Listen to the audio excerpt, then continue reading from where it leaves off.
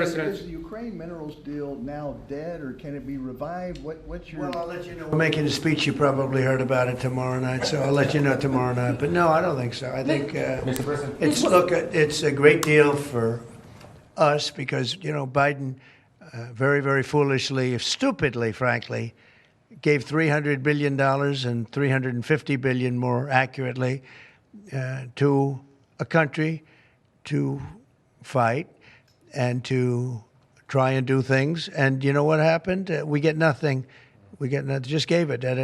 We could have rebuilt our entire U.S. Navy with $350 billion. Ukraine, sir, on Ukraine. Mr. President, what do you need to see from President Zelenskyy to restart these negotiations?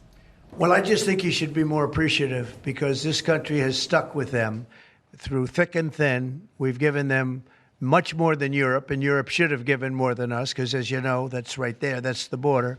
This country really was like the fence on the border. It was very important to Europe, and I'm not knocking Europe. I'm saying that they were a lot smarter than Joe Biden. It was 1 hour away from where China makes their nuclear weapons. We would have kept Bagram with one of the biggest air bases in the world.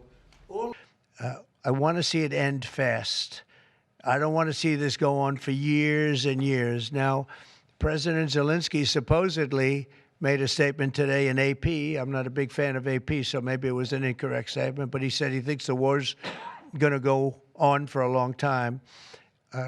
And he better not be right about that. That's all I'm saying. Wouldn't that be concerning to Americans? Read the statement. That Russia says that your administration's foreign policy is, quote, largely in line with their vision. Well, I'll tell you what, I think it takes two to tango, and you're going to have to make a deal with Russia, and you're going to have to make a deal with Ukraine.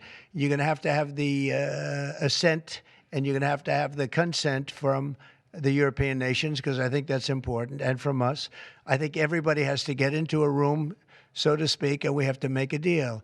And the deal can be made very fast. It should not be that hard a deal to make. It can be made very fast. Now, maybe somebody doesn't want to make a deal. And if somebody doesn't want to make a deal, I think that person won't be around very long. That person will not be listened to very long because I believe that Russia wants to make a deal. I believe certainly the people of Ukraine want to make a deal. They've suffered more than anybody else. We talk about suffering. President Obama, they got a nice big submarine base, a nice big chunk of land where they have their submarines. You know that, right? Crimea.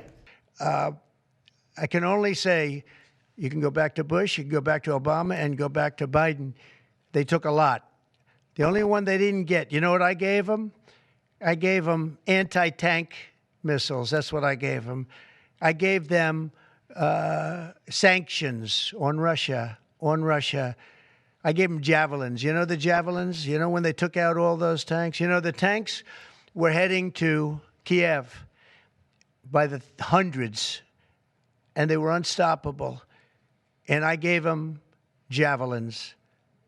So, I really, Putin is the one that will tell you this has not been so good for them. The fact is that I just want fairness. I want fairness. But think of it. I gave Russia nothing except grief. I gave them nothing.